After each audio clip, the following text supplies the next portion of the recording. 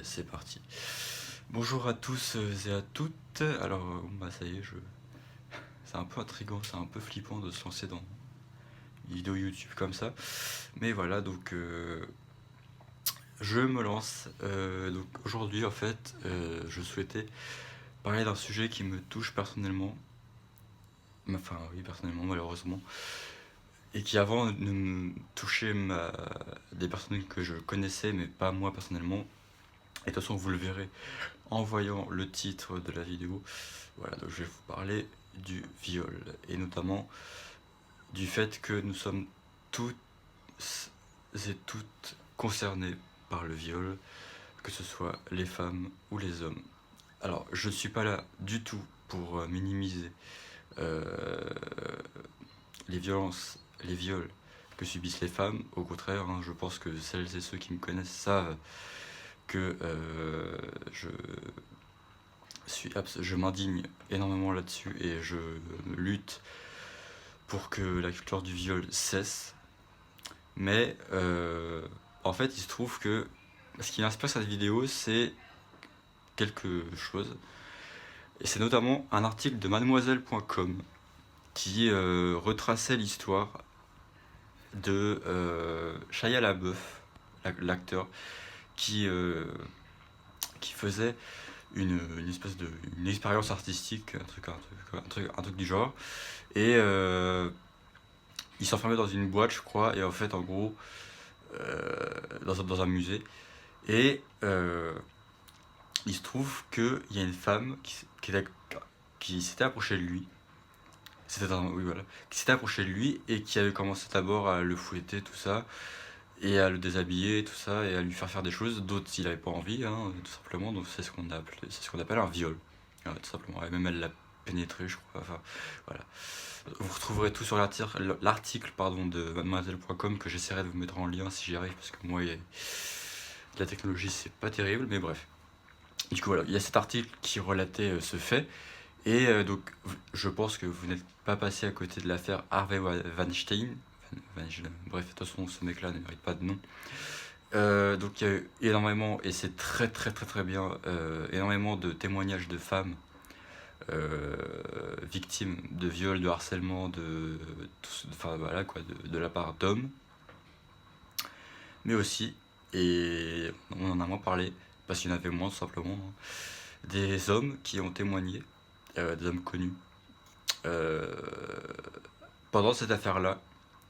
Et je pense notamment à James Van Der Beek, donc je sais plus dans quelle série il a joué, lui, dans Dawson, je crois, ouais. Et moi je le connais plus parce qu'il a joué dans le clip de Kesha. C'est, je sais même plus le titre. Bref. Et voilà, donc bref. Donc lui, il a témoigné. Il a témoigné sur Twitter en disant que bah il avait été touché par un homme et tout, qu'il avait eu des conversations, enfin, que l'homme lui parlait de sexe, quoi. Il était gamin, quoi. Donc voilà, donc, il y a des témoignages d'hommes. Et il se trouve que j'ai moi-même été victime de viol pour le coup. Voilà, il y a il y a presque un an. Il y a presque un an de ça. Et c'est vrai qu'à la base, je ne considérais pas ce que j'avais vécu comme un viol, parce qu'il se trouve que c'était avec quelqu'un. Alors c'était pas mon copain, hein, c'était quelqu'un que je voyais quelques fois, juste pour faire l'amour, quoi. Et voilà, donc on l'a fait. On l'a fait 3 fois en tout, et la troisième fois fut la dernière, puisque c'est la fois où il m'a violé. Et en fait, donc à l'époque, parce que donc, je suis en troisième année de licence, et donc là, j'étais en deuxième année au moment des faits. Et quand ça s'est passé, le lendemain, bah du coup, enfin voilà, le lendemain, je le raconte pas, parce que oui, en fait, ça s'est passé chez moi, et là où je suis actuellement, résidence universitaire, tout ça. Et parce que lui, il habitait chez ses parents, donc pas possibilité d'aller chez lui, tout ça, bref.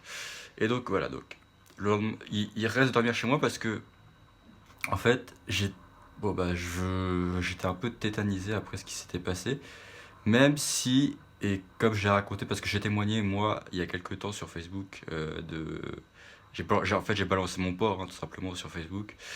Et en fait, pour moi, ce que j'avais vécu n'était pas un viol. Disons que c'était une relation qui s'était mal passée. pas passé comme ça aurait dû se passer. Ça aurait dû rentrer, c'est pas passé. C'est pas rentré.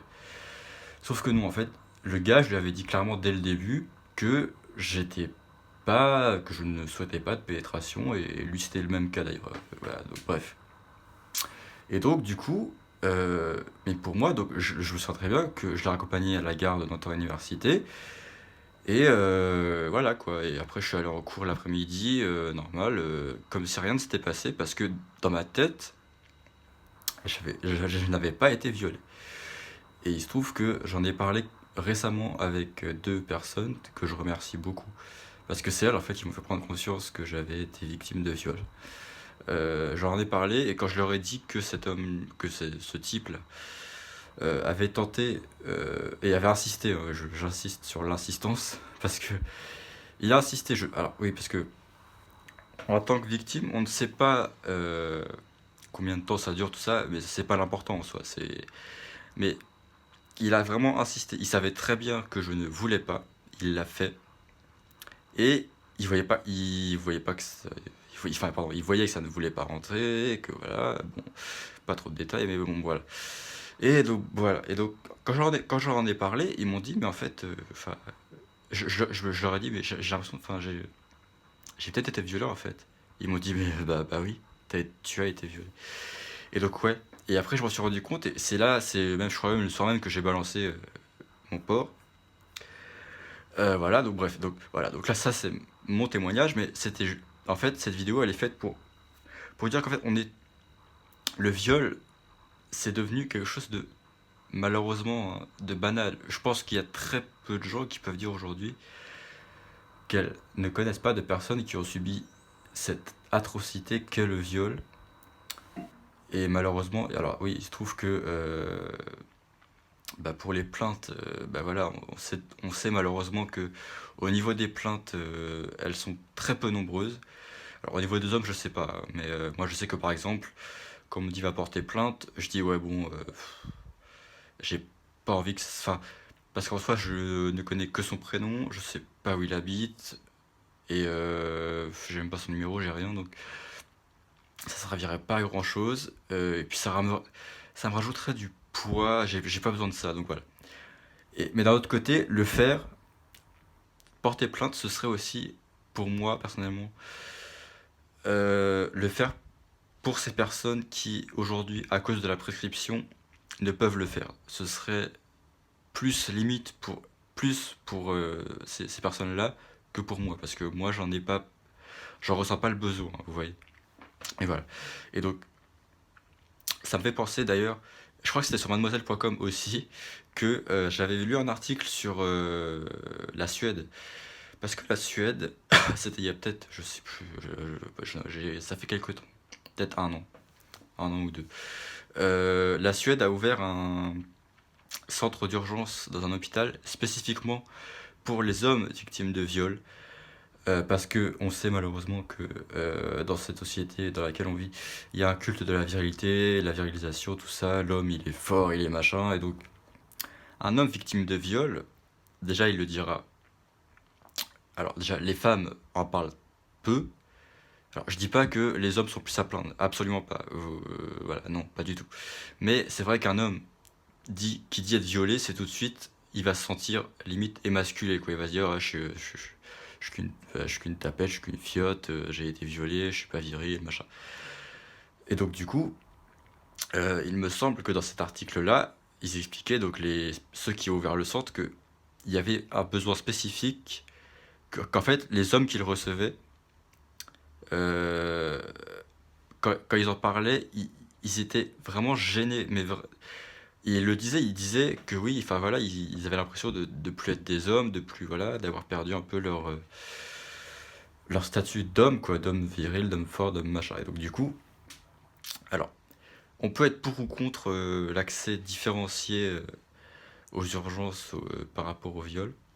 Alors, je sais que par exemple, les numéros, je crois qu'il y a des numéros pour, enfin voilà, enfin, c'est pas je crois, il y a des numéros euh, euh, comment dire, pour les violences pardon, faites aux femmes.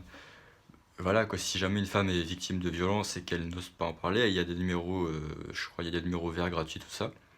Et j'avoue que je ne sais pas si, quand vous êtes un homme et que vous appelez ce numéro, ça prend en compte. Je pense, hein, peut-être pas, j'avoue que je ne me suis pas renseigné. Ce serait peut-être à voir d'ailleurs. Mais du coup, voilà. Et du coup, voilà. En fait, c'était aussi pour parler de ça, de cette espèce de culte de la virilité, de la masculinité à fond.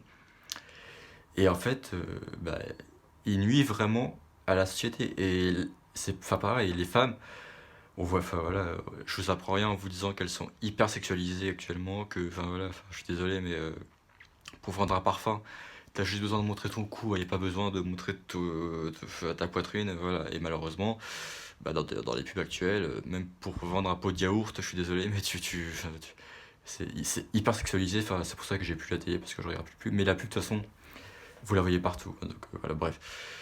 Et voilà, donc le viol, bah, je suis pas là pour dire mettons fin au viol, parce que bah, c'est pas une vidéo qu'on va mettre fin au viol, mais c'est voilà, pour partager mon ressenti sur le fait que on peut tous agir parce qu'on est tous concernés, on est tous potentiellement victimes, hein. Il y a pas de, personne n'est protégé du viol, hein. C'est triste à dire, mais voilà.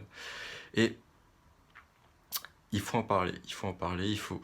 Je sais que c'est compliqué, hein. Moi, bah, la preuve, moi, je l'ai intériorisé et j'ai mis du temps à.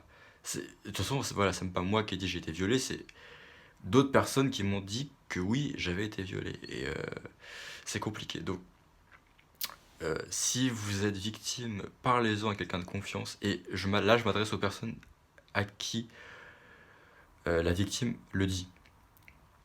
Euh, Croyez-la, honnêtement, vous l'écoutez déjà, hein, vous l'écoutez, et vous lui en parlez, vous l'aidez vraiment, vous l'accompagnez au commissariat, parce que moi, enfin, j'ai malheureusement, je connais une personne qui m'avait raconté à l'époque qu'elle avait été victime de viol, et comme je connaissais le coupable, puisqu'il a été reconnu coupable après procès, euh, je le connaissais, il avait bien réussi à nous manipuler parce que j'ai pas cru la personne. Parce que il paraissait tellement adorable, tellement gentil, tellement machin, que j'ai dit à la personne, mais c'est pas possible, il a pas pu faire ça. Bah en fait, si. Donc, alors, oui, on va bien. Oui, mais tu sais, il y a des femmes qui disent qu'elles ont été violées, mais c'est pas vrai, blablabla. Ok, mais c'est pas un argument pour dire qu'il faut pas croire les victimes. Moi, j'ai comme philosophie de toujours croire les victimes. Enfin, après, enfin, surtout après le fait que je n'ai pas cru la personne dont je vous ai parlé il y a quelques instants. Voilà.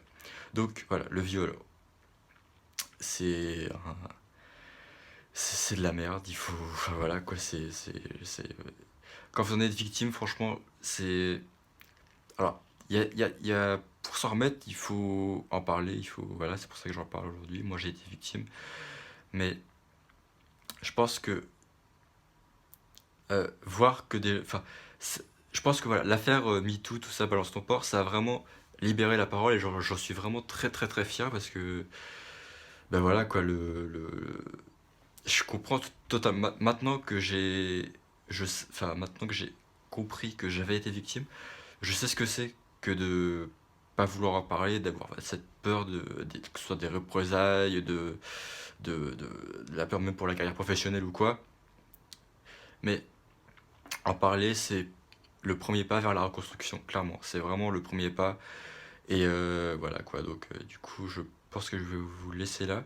Alors, je vous rassure, je vais pas vous parler de tout ce qui m'est arrivé, de tout, voilà, parce que sinon, la prochaine vidéo, ça va être peut-on mettre fin aux petits doigts de pied qui se cognent contre les placards, enfin, doit-on éradiquer les tables basses qui vous niquent les doigts de pied, enfin bref. Du coup, voilà. Donc, je vais vous laisser là pour aujourd'hui. C'était ma première vidéo sur YouTube. Peut-être la dernière, hein, on sait jamais. Ça dépendra de ce dont j'ai envie de parler. Honnêtement, le nombre de vues, d'abonnés, je m'en bats un peu les reins. Du coup, voilà, donc je vous laisse. Et puis, bah, je vous fais des bisous. Et voilà quoi. Peut-être à bientôt. Ciao.